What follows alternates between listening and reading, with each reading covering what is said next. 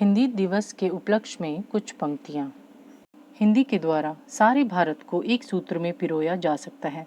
महर्षि दयानंद की यह उक्ति हिंदी की प्रासंगिकता को लक्ष्य करती है। प्रत्येक वर्ष हिंदी को बढ़ावा देने के लिए 14 सितंबर को पूरे भारत में हिंदी दिवस का वार्षिक समारोह मनाया जाता है।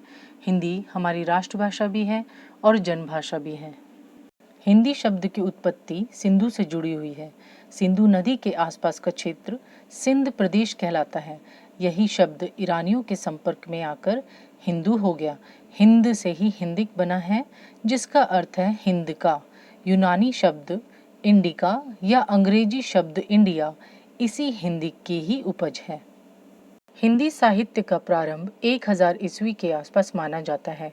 इससे पूर्व का हिंदी साहित्य अपभ्रंश में है, जिसे हिंदी की पूर्ण पीठिका माना जा सकता है। हिंदी स्वतंत्र रूप से 1500 ईस्वी से विकसित हुई और हिंदी में लेखन का प्रचलन बढ़ा। क्या आप जानते हैं कि हिंदी भाषा की शब्दावली में फारसी के 3500 शब्द, अरबी के 2500 शब्द, पश्तो के 50 शब्द तथा तुर्की के 125 शब्द शामिल हैं। हिंदी दिवस के दिन विद्यालयों और विश्वविद्यालयों में विद्यार्थी हिंदी भाषा के विकास पर भाषण देकर हिंदी संस्कृति का मान बढ़ाते हैं। हमारे देश के अहिंसा के पुजारी महात्मा गांधी जी गुजरात से थे और वे अनेक वर्ष विदेश में भी रहे, लेकिन उन्होंने हिंदी और हिंदुस्तानी पर हमेशा बल दिया।